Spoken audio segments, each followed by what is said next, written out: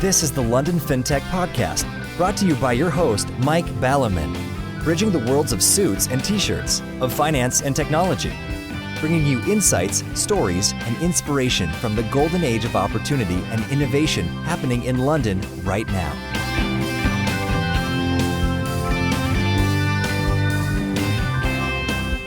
Hi, this is Mike Balderman, and this is London Fintech Podcast, episode 164, brought to you in association with Smart Pension and the unlistedboard.com, and I'm delighted to be joined today by Marcus Treacher, SVP of Customer Success at Ripple, to discuss next generation global payments infrastructure.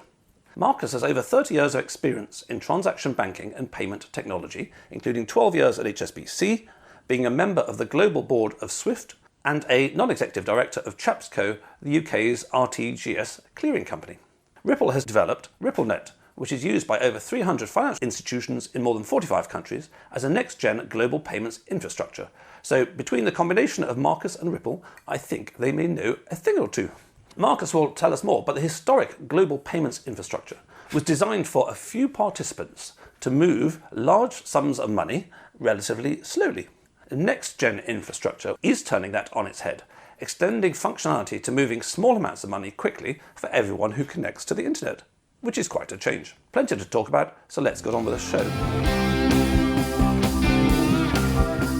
Good morning, Marcus. Thank you for joining me on the show today. Morning, and delighted to be with you today. Yes, indeed, and it's taken a little while for us to be virtually together as the software, which I should not mention, but it starts with micro and ends with soft and the word Teams comes after, decided that my internet wasn't working when it was, and therefore being in and out, so we're very pleased to actually be talking. And this is a rare morning in late September where the sun is streaming through my windows, and it's quite sunny here, and in the process of all these connections and disconnections, we were briefly talking about Portugal, where Bridget and I were super lucky, and the fates must have been looking after us. So the day after the UK made Portugal kosher again, our refund from a disastrous failed skiing holiday in March happened to come through from a credit card company. So I thought, let's blow this on overpriced hotels and overpriced things in the Algarve. So we went there for a week.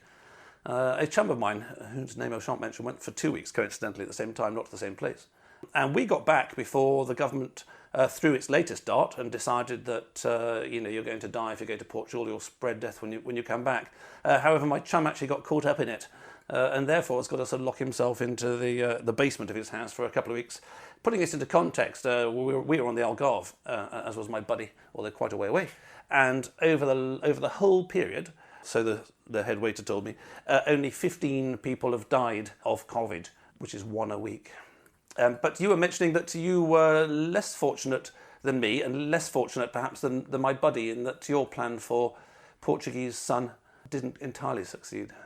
No, we actually had a holiday booked in Mallorca, which we gave up and swapped to Portugal, the only country left open. And then, as you say, the dartboard game kicked in, and now we're going to Scotland, which is a great place. So I won't get sunburnt there, I don't think, but looking forward to it massively.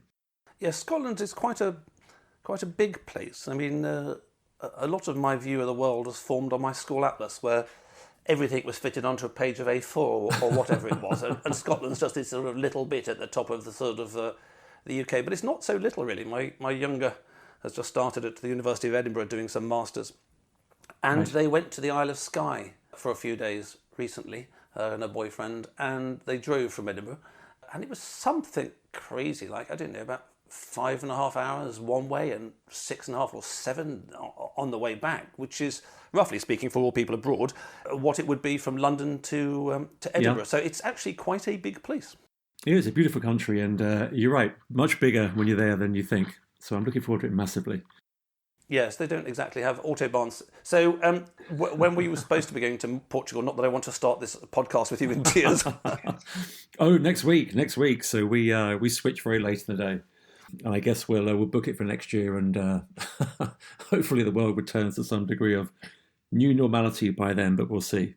Yes. Well, there's the world as a whole, and then there's the UK, and we've got to the state of just sort of despair has moved to sort of kind of giving up, and without moaning about all this stuff. I mean, I literally have to try and avoid it these days because it makes me so mad. I then just don't sleep if I read the news for a few days. But highlights for people abroad, have been that sort of in the recent sort of elevations to the Lords, which is now the second largest forum in the world after, I don't know, some Chinese Communist Party thing, hundreds and hundreds of ex-MPs. Boris Johnson made his brother a Lord, and Theresa's husband got knighted. And then when we're away, the government, by fiat, introduced a new law. It doesn't bother with Parliament. I mean, there's about 150 or 250 laws that have been passed without Parliament to fine people organising protests £10,000. This a few hours before midnight, and then promptly on the Sunday fined Piers Corbyn, the brother of Jeremy Corbyn, who's rather more active, complaining about the government tyranny. His brother hasn't said anything. £10,000 for standing in Trafalgar Square and saying, I don't really agree with this. At the same time, I don't know whether it's XR or BLM, one of those that sort of the establishment favours over here. They didn't find them a cent. Then, of course, we've had Christmas basically cancelled in this country for the first time since Cromwell, or rather cancelled if your family is bigger than 6. So only 6 people are allowed to get together for Christmas, unless, and this is actually quite a useful consumer advice for anybody in the UK, there is an exemption, or rather the number 6 is changed to 30, in the following circumstance. So if you've got a large family, listen up now, don't turn off whatever you do, because you can have 30 people as a get-together as long as you're shooting grouse. So for any large families out there, get a couple of grouse that sort of haven't actually been shot yet, put them in the garden and shoot them, and you'll be fine for your Christmas lunch. So anyway, after all this kind of stuff, we did despair. And in fact, actually, yesterday we were looking up at Portuguese property in the Douro. We thought we'd just emigrate. But in terms of holidays, actually, another useful piece of advice is I'd slipped into just using sort of debit cards and Revoluts and Monzos and all that kind of stuff just because they're more convenient. But actually, by some mercy, I'd actually booked our skiing holiday on credit card. And it turns out if you book something on credit card, going back to getting the refund, it was 1,000,000 times easier than claiming through the insurance company. So that's useful consumer advice, actually. Hopefully you booked on credit card. Actually, we did. And we got out of it without any financial loss. I'm just missing the sangria by the beach. But anyhow, maybe next year. Yes, good. Okay, so for reasons which will shortly become apparent, as a little boy in short trousers, you decided you were going to spend your life in payments, and you aimed there ever since. So how did all that happen? What age were you when you suddenly decided that payments was the thing for you? Well, I guess it goes back to the Big Bang of... The Big Bang, that's going to be a long show, man. Universe Big Bang. Not 14 billion years, but 34 years ago. 86. So I was working as a software engineer, just graduated with a physics degree in North London. And the city was just completely deregulating, so much going on. I thought, I've got to be part of this. So I joined a European bank, started working in the tech and ops department, and very quickly, got familiar with the plumbing, if you like, the unseen machinery that runs everything. And it fascinated me. So I then moved on to management consultancy, Accenture, and my job would be to advise companies about using tech and adapting tech. And again, it all tended to fold back on the underlying plumbing. It's the atoms that support everything that we do in the financial world. So back onto Swift again, empty series messaging, the dark art of different formatting of information. My life then took me to Citibank and HSBC, 11 years with each of those institutions. And again, working with the plumbing, working with the payment networks, both Citi and HSBC are international. So that got me into the cross-border world. And it's interesting that because historically most people, like you and I are talking about Portugal, we live our lives domestically. We might go abroad now and then on vacations. It's only recently with the increase in global travel, the increase in migrations, that people have been involved in the need to move money cross-border, to do things cross-border. So as you say, for decades or for centuries, cross-border activity for anything, including payments and trade, has been the thing of large organizations, corporations, trading companies, big banks. And what became apparent to me was that the financial network was built for this 18th and 19th century model. And all that happened in the 20th century was that we automated it. We didn't change it. So the world has been sitting on some pretty archaic methods for moving money around. And as the world becomes much more integrated, the country becomes the planet. We live in a global village, no matter what's going on in politics right now. The long term, we're very much in a global village. And if that was a village in the UK, nobody in that village could pay each other properly. It would be a nightmare. The broker would be difficult to buy. The fines would be hard to pay. Store fees wouldn't work, because cross-border is very difficult, because it was built for a time when individuals were not needing to move money around the world. And as you know, with digitization and the enormous transformation in how people and companies live their lives and operate today, that weakness in the global payment network has become really acute. And that reality led me to look at new methods and models, and led me to join Ripple, and here I am. Gosh, that all sounds incredibly logical and coherent. And there was sort of a couple of things there, which is firstly that I joined the city roughly at the same time as you, having been a software engineer in 85. I've been a software engineer in Bath, working on compilers, link editors and communicationsy stuff and all that kind of jazz. And again, along with the UK government, what led me to tears was when you used the word deregulation, because I remember deregulation. I was there for Big Bang. And now, of course, it's hyper-regulation, or as Lord Turner more accurately says, micro-supervision in many cases of FS. So that's all changed. And I had spotted after 6 years of doing the podcast that sort of technology and the internet and digitization and mumble is changing things. But you explained very coherently what I'd focused on less, which is that use cases do, which is when you and I joined the city in the 80s, we had no human reason really for sending small amounts of money to other people abroad, because it was a sort of very domestic life. I mean, as I mentioned many times, Thatcher only removed exchange controls in 1978, so before 1978 you have to say, please sir, can I have some of this foreign money, because I want to go to a foreign place. So it has been an amazingly rapid change. And just going back and just thinking about the dawn of global payments, going a little bit back nearer to the Big Bang, as in the big one, but not that much nearer, in terms of the origins of the money markets in London. It really was predominantly the East India Company, 1600 onwards, and back in the day, basically franchises were given out, or licenses to go in routes. So the Muscovy Company got the license to go to China by going northeast from the UK, which was a Far Side cartoon. I mean, little did they know that it wasn't very easy. So literally on the first mission of the Muscovy Company to find Cathay, it was called the Cathay Company, I think, 2/3 of them froze to death rather sadly, and the other third of them managed to make it in Moscow, and then they thought, oh fuck it, we'll trade with Moscow instead. gave up on finding Cathay. But the East India Company, because the Portuguese, our oldest ally, had led the way, found it a bit easier to get to the sort of Spice Islands, although the Dutch beat the crap out of them, so they didn't really hang around there much. They hung around more in India. And in terms of far side things, so they were given the franchise to trade UK goods for what they could find in the Spice Islands, which is spices, which were incredibly useful back in the day, when all our meat was rotten, and also the sort of nice cottons and silks and things from India. But unfortunately from them, their far side cartoon was that they were exporting wool.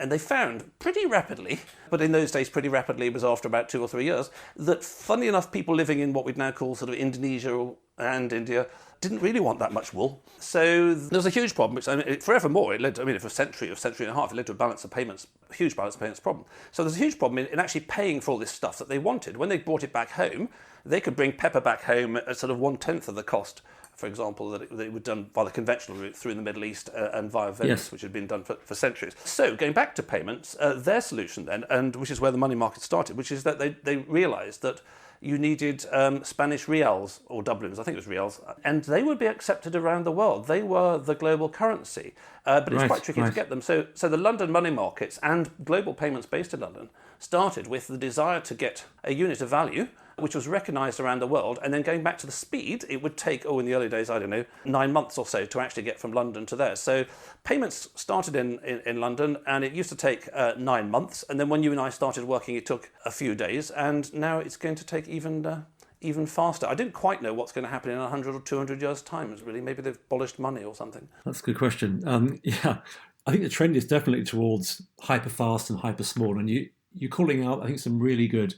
kind of background scene setters there, in that the shift in time that people would accept has been enormous, and it's going to continue in the same way that months to days was probably seismic. Days to seconds and microseconds will be seismic, and that's happening now. And if you look at how people want to live their lives, you look at the development of the Internet of Things, the concept there are about 50 billion devices today without people like you and me associated with them, plugged into the internet, all communicating, and they're going to be trading with each other too, trading value, buying and selling. And all that activity cannot be supported if you're paying next day. And the networks that we've built, manually and then automated, just aren't fundamentally up for it. And it's like having a really fast, highly tuned steam engine. It's still a steam engine, and you're not going to beat Lewis Hamilton on a sprint in a steam engine. And I think the big blocker is not that we're not being smart at improving what we have. I mean, people are really smart and they work really hard at this stuff, as you and I know in the city and worldwide. The problem is the fundamental machinery we're working with is steam engines. It's old. And I think we need a rethink, a reimagining of how these networks could look and work to enable Bob to play Alice, and Bob could be in Indonesia, Alice in Chile, and they could be paying a cent, and it should travel in a microsecond. It should never get lost. There should never be a complaint. There should never be uncertainty. And that's the use case that people are after and companies are after. And that's really, again, back to Ripple. That's what we did. We went right back to the foundations. We got a new tool set out, and we built, I guess in today's metaphor, an electric car. We built a whole new engine from scratch using blockchain because we felt that if you run on the existing rails, you're never going to be able to get up to speed. Yes, and taking the longer term picture here, I mean, it's a whole interesting podcast in itself, but going back to global trade from Europe, that was a leap forward, and it took them a long time to develop ships that basically didn't fall apart after about sort of 3 journeys, and to reduce the journey time massively and all that kind of stuff. And they were limited by sailing ships, and there were lots of problems. I mean, I mentioned the Muscovy company, but also the East India Company. 2/3 of them died on the first mission, so that's terribly dangerous stuff. And if you look at that, and also if you look at the Industrial Revolution, or rather the rollout of the Industrial Revolution in the 19th century, and then also you look at the 21st century in terms of everything's digitised and very instant. I think what happens is that the stories we tell, or rather the way we relate to each other as a society, take a long time, because we're human beings. We don't operate on microseconds, to catch up. So the example I just gave, which is that the early trading companies, the early global UK companies, most of the people died on the first sort of new graduates kind of thing, which wasn't ideal. And then just keeping the caricature going. In the 19th century, they invented all this sort of steam and power and all that kind of jazz. And children were sent up chimneys to clean them, and that wasn't really very ideal as well. And it took a long time for the stories, which were, of course, the stories would then be embedded in legislation, saying, thou shalt not send children up chimneys, thou shalt not have sort of sweatshops and blah, blah, blah, blah.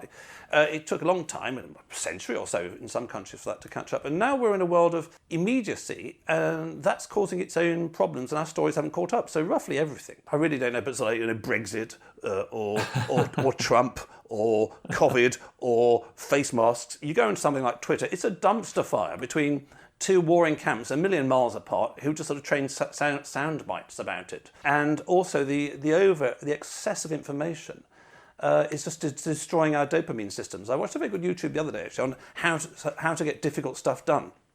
And the key to getting difficult stuff done, I mean, for example, I got my pension stuff to sort out, and I started last year. It was a nightmare, and I gave up. This guy said was actually to, just have no internet until about 4 p.m. or something, and then to have a couple of hours of internet at 4 p.m. Right. Because it uses up, because your dopamine system there, you need to have enough dopamine, as it were, to repay you for putting in the hard work. Otherwise, mixing my metaphors, if you spend your life eating sugar cubes, you'll feel that you're satiating your hunger, but actually you won't eat your dinner and you won't eat all the nutritious stuff. And I think, coming back to the COVID situation right now, a lot of what we're seeing is this immediacy is actually just led like a chain of dominoes. Governments panicked, didn't know what to do, thought, we'll copy the other government.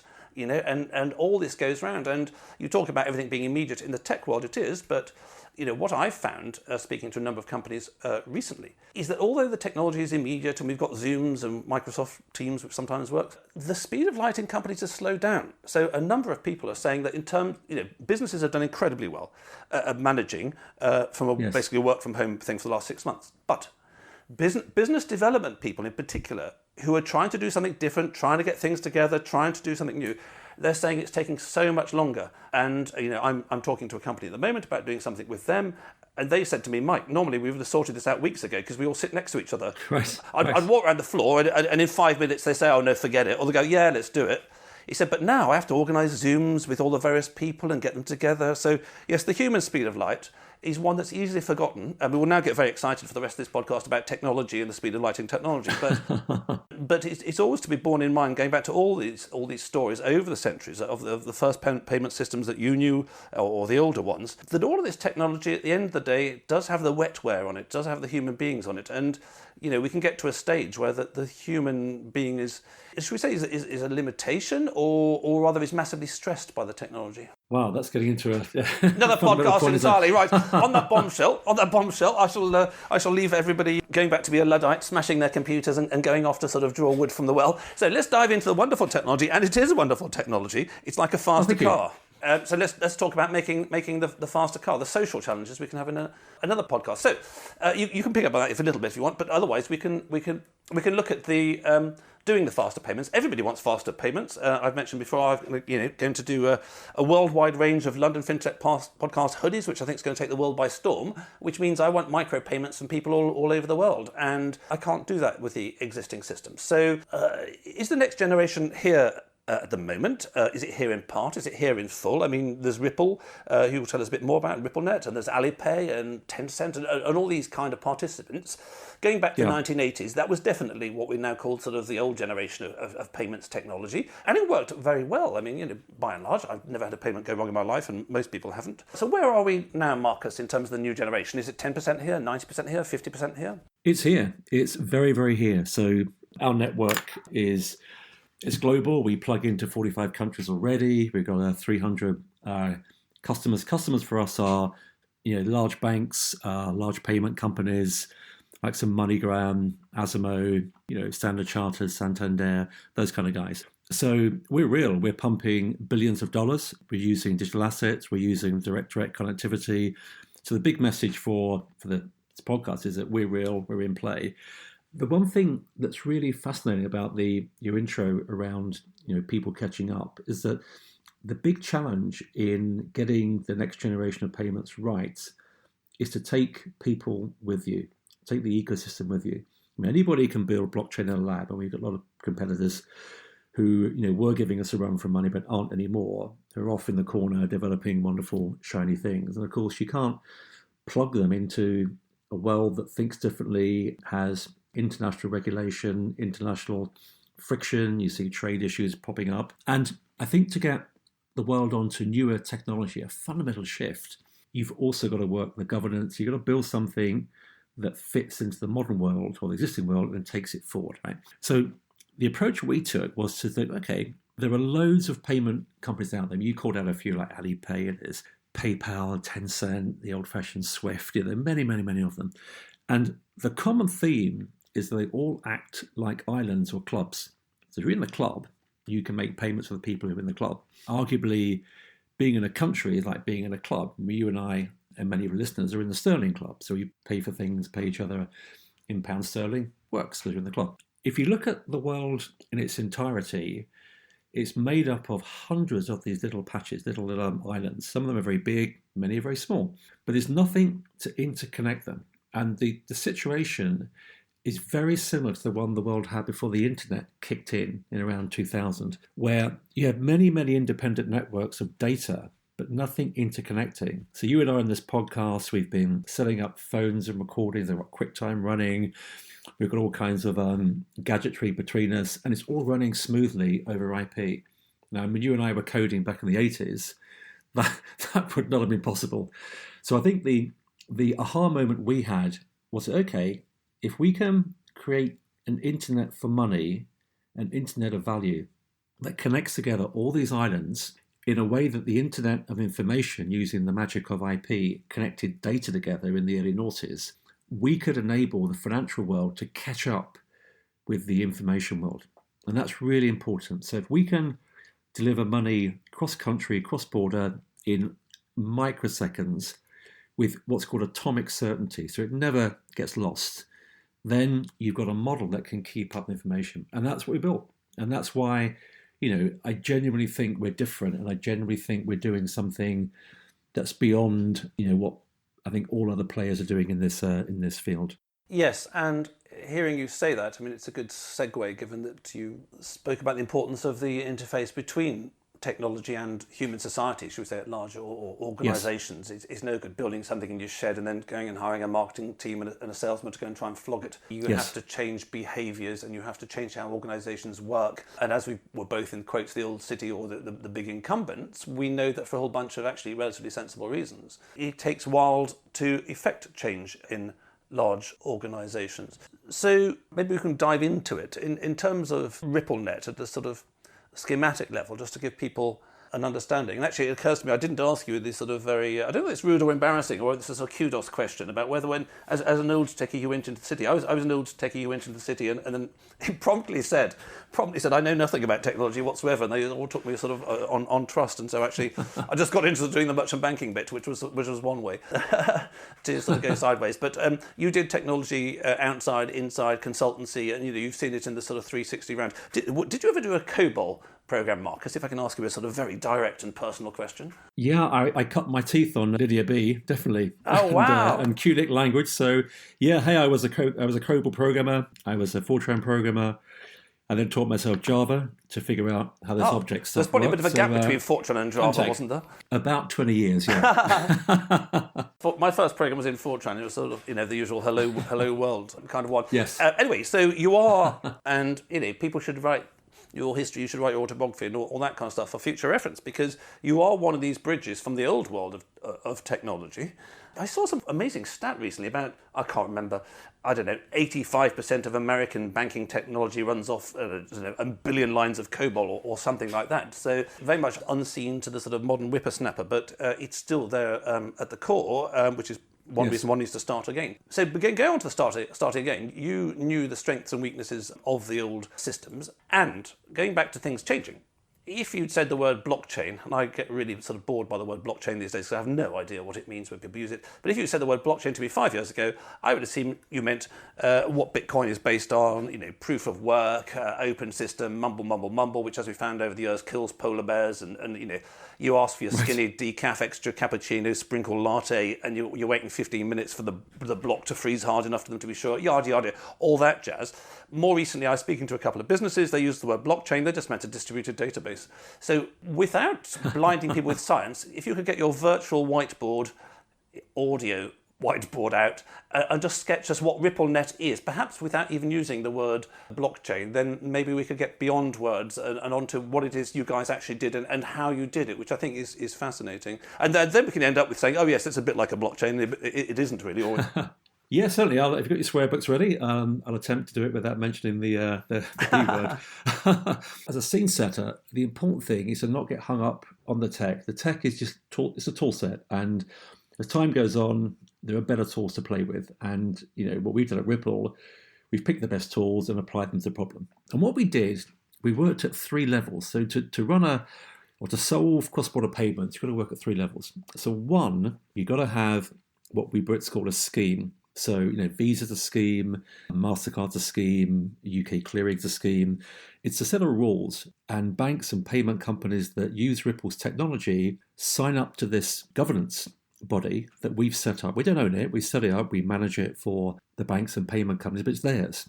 And they use that forum to govern the rules and regulations that enable them to feel comfortable paying each other using Ripple technology. And that's where I think Mike chat later about ISO 20022. ISO 20022 links to Ripple because our governance body, the governing body of Ripplenet, is a member of the ISO 20022 kind of management unit.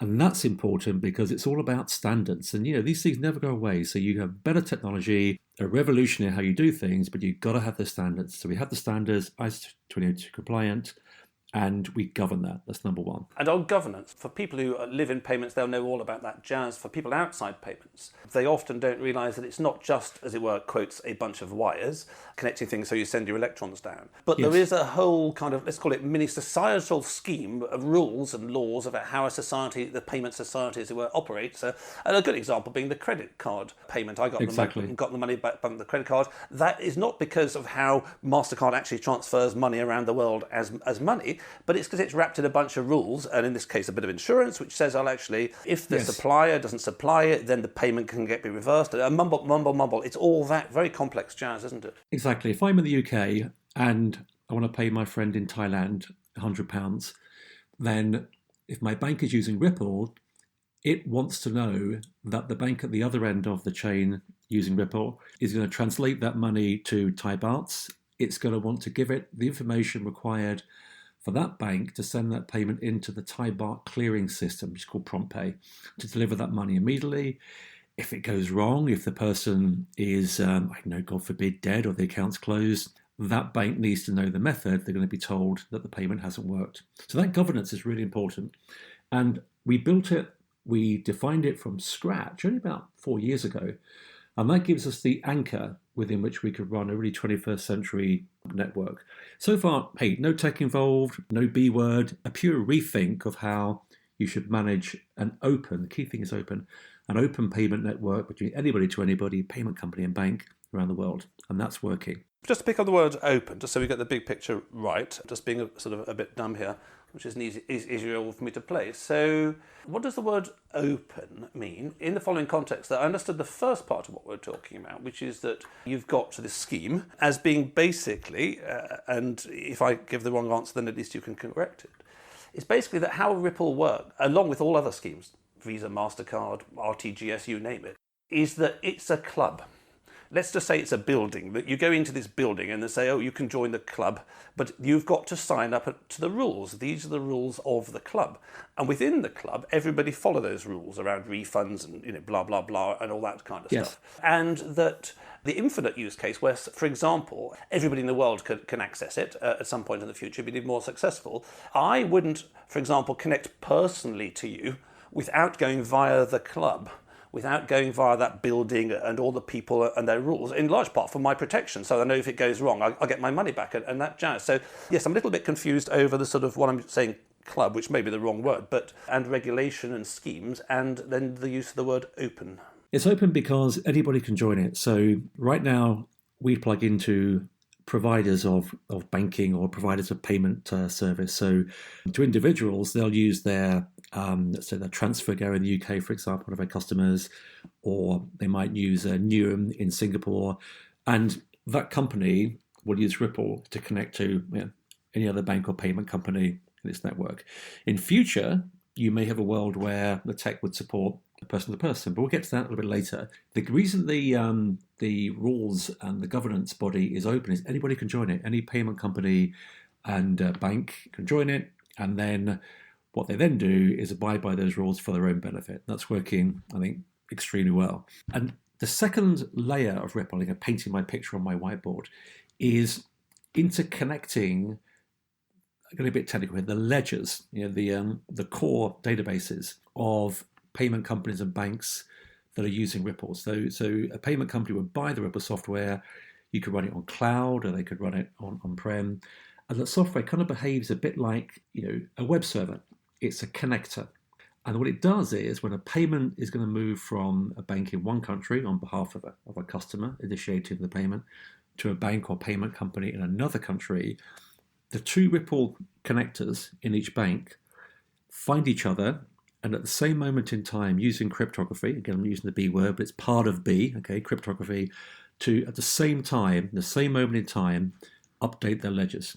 So in double entry bookkeeping speak, both balance sets in both institutions, Bank A in one country, Bank B in the other country, are completely aligned and updated at the same point in time. So just pressing pause there. So, and going back to old blockchain, everybody who runs the blockchain, I'm running on my computer today, I'm not, but anyway, let's say I were, I would have a ledger, using your phrase, of every payment transaction sort of ever or whatever. In the model that you've got, as I'm hearing you say, there isn't a ledger of every transaction ever in the world that everyone has to keep updating and arguing over whether it's true or not, and the majority of it, blah, blah, blah. It's more like the old scheme where, let's just say I'm a bank, the London Fintech Podcast bank, and I've got a record of all my payments, and let's say you're Marcus Treacher bank, and you've got a record of all yours. One of your clients or one of my clients sort of does something, and we basically do a sort of an instant settlement, as it were, and we go, yeah, it is $1,000. You go, yeah, no, it's $1,000, and it's $1 million baht. Yeah, sure, yeah, and you just kind of shake hands, yeah, it's a deal kind of thing, and it's dealt. Is that metaphorically speaking right? It is, but again, the important thing is not to get hung up on the religion of the B word. And so you said it on me, so you're owing me your £10. So the key is that so far, I've introduced the concept of cryptography. So you find cryptographic techniques when blocks in standard B networks are locked in. But we've taken that cryptographic technique and we've applied it to something very different. And you're dead right. We've applied it to keeping ledgers that are very different from each other, completely synchronized when money moves between them. And if you do that, again, you're departing from the holy, structure of pure B to something different. But that's the magic that unlocks an internet model. That's the magic of IP. And we call it ILP, Interledger Protocol. And it's a kind of a play on the term Internet Protocol. Okay, so that network is managing millions of payments. We do a few million every year right now, and we're growing at tenfold per annum. So, it's working, it's very effective, and it's delivering immediate payments around the world, which is fantastic. And you're dead right. So far, I've only introduced a tiny component of the usual kind of portfolio of a B network. And it's also worth pointing out that the structure is infinitely scalable. It's an internet model.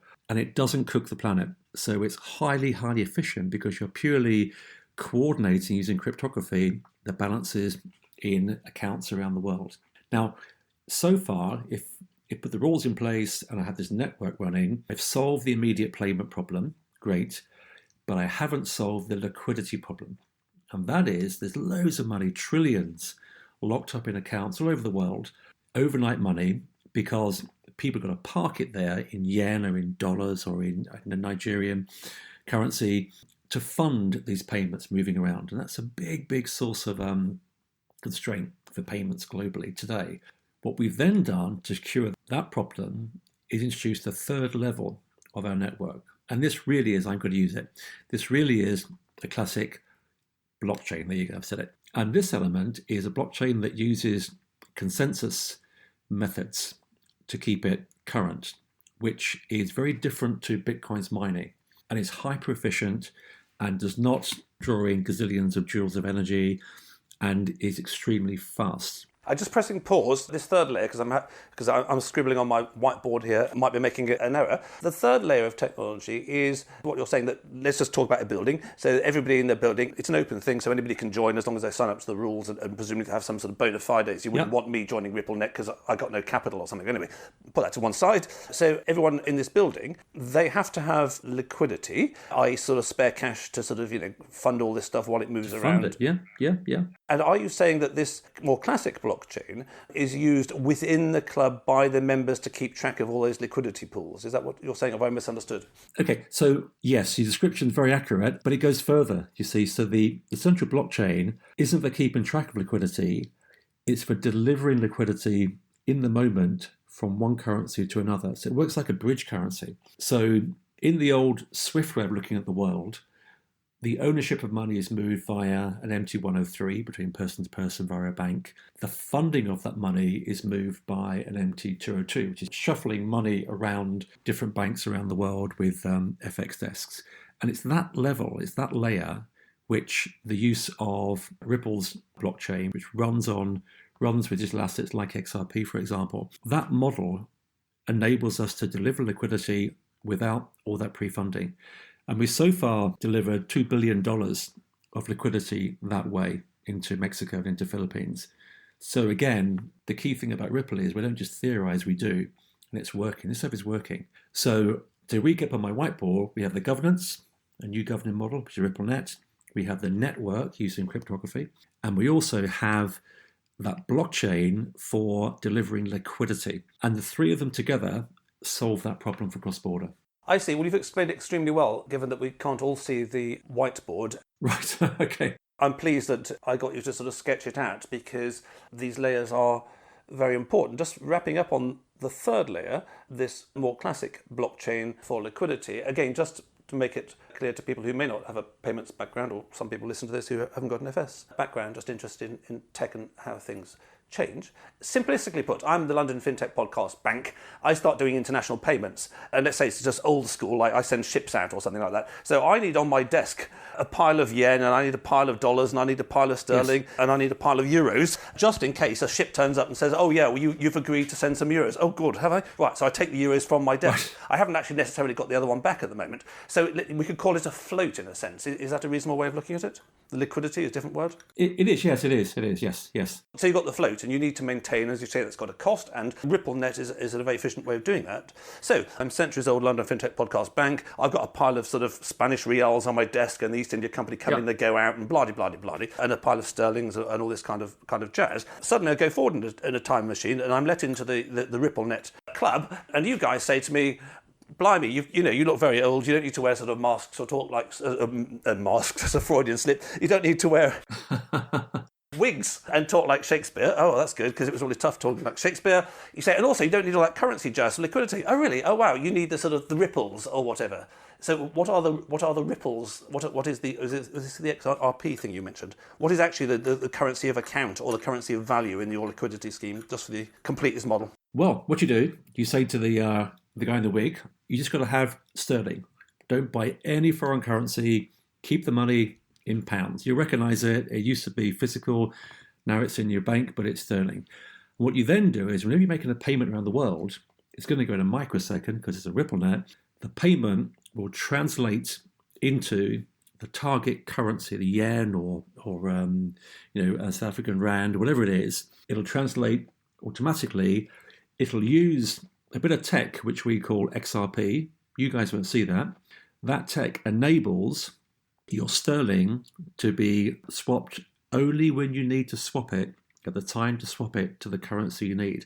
So when your ship, it's an aeroplane now, or whatever it is landing in Japan, and you're going to pay for stuff, you haven't got to hold Japanese yen overnight. You haven't got to hold it over the weekend. You're not taking a risk on Japan. You can move your money in a microsecond, the underlying, the assets, the pounds, into Japanese yen, and it jumps via XRP on our blockchain, so it's a complete record globally in the moment. And that transforms liquidity. I had a banker come to see me the other week, and he said, look, I've got a problem. He says, payments are speeding up worldwide. They're getting so fast, especially with you guys, what you're doing at Ripple.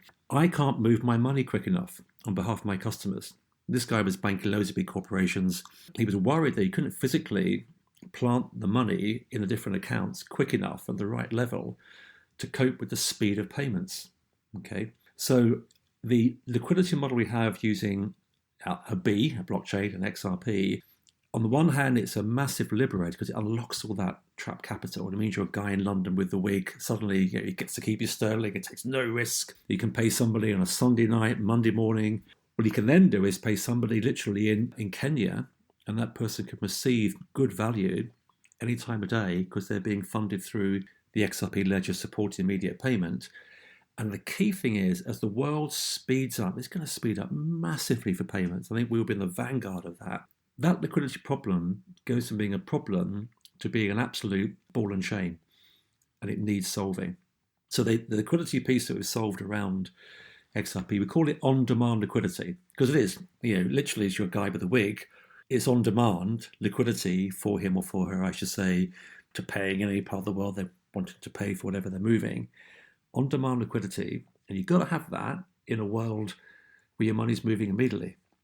You haven't got the luxury of waiting till tomorrow morning to go do some funding, get the money in the account for the big payment, because there are no big payments. There'll be gazillions of micropayments that you won't be able to predict. Excellent. I see. Well, I'd always heard and thought that sort of Ripple and Ripplenet were doing something sort of very different and very interesting. And I think that what I've got from speaking to you, Marcus, is that you have this combination of deeply thorough understanding of the old schemes of payments and the important things about them which we cannot get rid of. For example, schemes. And also, you've deconstructed the existing business model and produced this sort of multi-layer thing that has the advantage you say. I had one final question, which is that let's just say there's this club of people who are in Ripple, and inside the club there's a sort of a treasurer in a room, and he's the bloke who's doing the sort of he's got XRP on his door or whatever. He's the guy who actually does all this sort of transferring stuff. The last thing, but we could go on for hours, but we won't. So I'll just ask you one more question.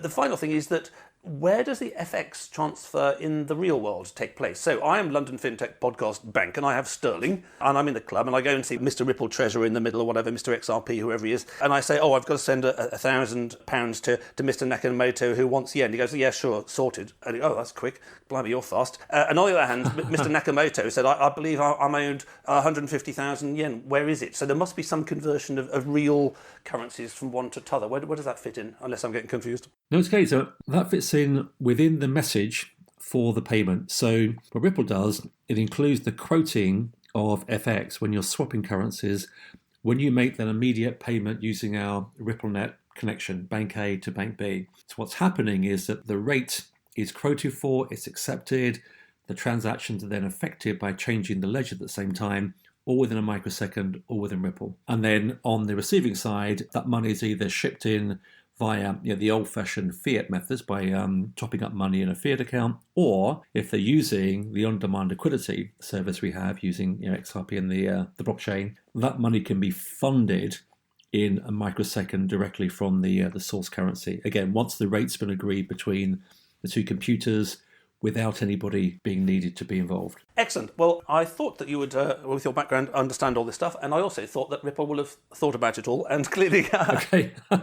both are true, and there's an infinite amount of detail within it. But more importantly, in terms of the podcast, I hope that it's given listeners quite an insight into the sort of the important schematics, as you say, or the sort of the layers of coding at the bottom is not so important, of how Ripple works and the various layers, and how innovative that is and how rich it is. I mean, often the tendency in the tech world is to produce an oversimplistic solution to something. But again, everything is embedded in society. Everything is embedded in terms of connecting people in organisations. And, that's much more complex than just sending the electrons. And I think you guys have shown that. So before we wrap up the show, I'd like to thank all the listeners out there. I'd like to thank my brand partners for the podcast, Smart Pension, who are fast, secure and free. Check out their UK workplace pensions at autoenrolment.co.uk.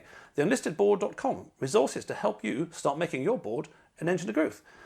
So, Marcus, you and Ripple have done these amazing things. You and Ripple are not yet infinitely all-seeing and all-powerful and the largest company in the world. So how are you going to get to the largest company in the world? And in particular, briefly, what's your vision of the future? And in terms of the millions of listeners out there, which of those could be helping you tomorrow and checking you out? Yeah, look, we would love more members. We would love to connect to more receivers around the world, take more traffic from senders. We are massively revenue positive in that we take out tons of cost as payment provider. Folks listening to the podcast, I'm sure, will have realised. And we also generate revenue streams for receivers, for agency banks using Ripple. Hey, come join. And it works. We've proven it. We're engineers. We cut our teeth in the real world over the past 4 years, and we're growing really fast. So love to have people join and love to have the network grow even quicker. Excellent. Well, thank you very much indeed for that, Marcus. It's been fascinating coverage of the Big Bang to the present, and I think out of that we've got sort of a unique experience of an understanding based in how things were, how they're going, the human complexity as well as the technology, and I think the sort of the fascinating way in which Ripple has refactored the whole show and thought about it radically whilst preserving some features that would have been around for centuries and at the same time doing something in a very 21st century way. So I wish you every success in the future, and as you say, for payments and banks and anybody like that listening, it certainly sounds to me that you may or may not want to use Ripple, but you absolutely, if you're an organisation, should be checking these guys out and have a reason that you do want to use them or don't want to use them. I think it would be sort of slightly negligent not to knock on your door and find out about this lovely club in virtual Mayfair. So thank you very much for that, Marcus. My pleasure. Thank you. Thanks for listening. If you have any challenges or needs with your unlisted company board, get in touch with me at mike@londonfintechpodcast.com.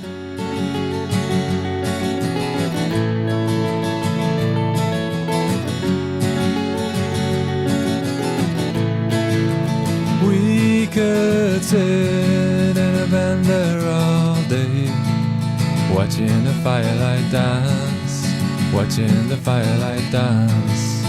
We could walk in the mountains before dawn, watching a happy moonrise, watching a happy moonrise.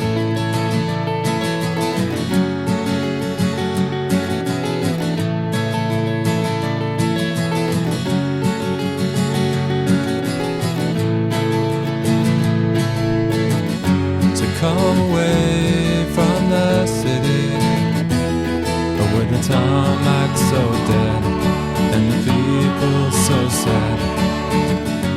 Come away from the city, with the faces so grey, with the pain of the everyday.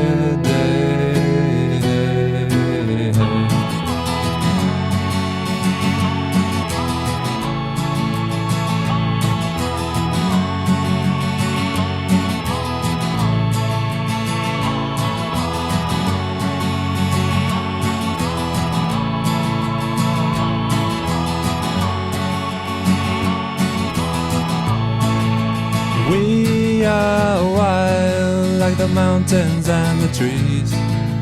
Can you see what I mean? Can you see what I mean? We fade in between the earth and the sky. Kiss the city goodbye, wave the city goodbye, wave the city goodbye, wave the city goodbye. Watch the firelight dance with me, watch the firelight dance with me, watch the firelight dance with me, watch the firelight dance with me, watch the firelight dance with me, watch the firelight dance with me, watch the firelight dance with me, watch the firelight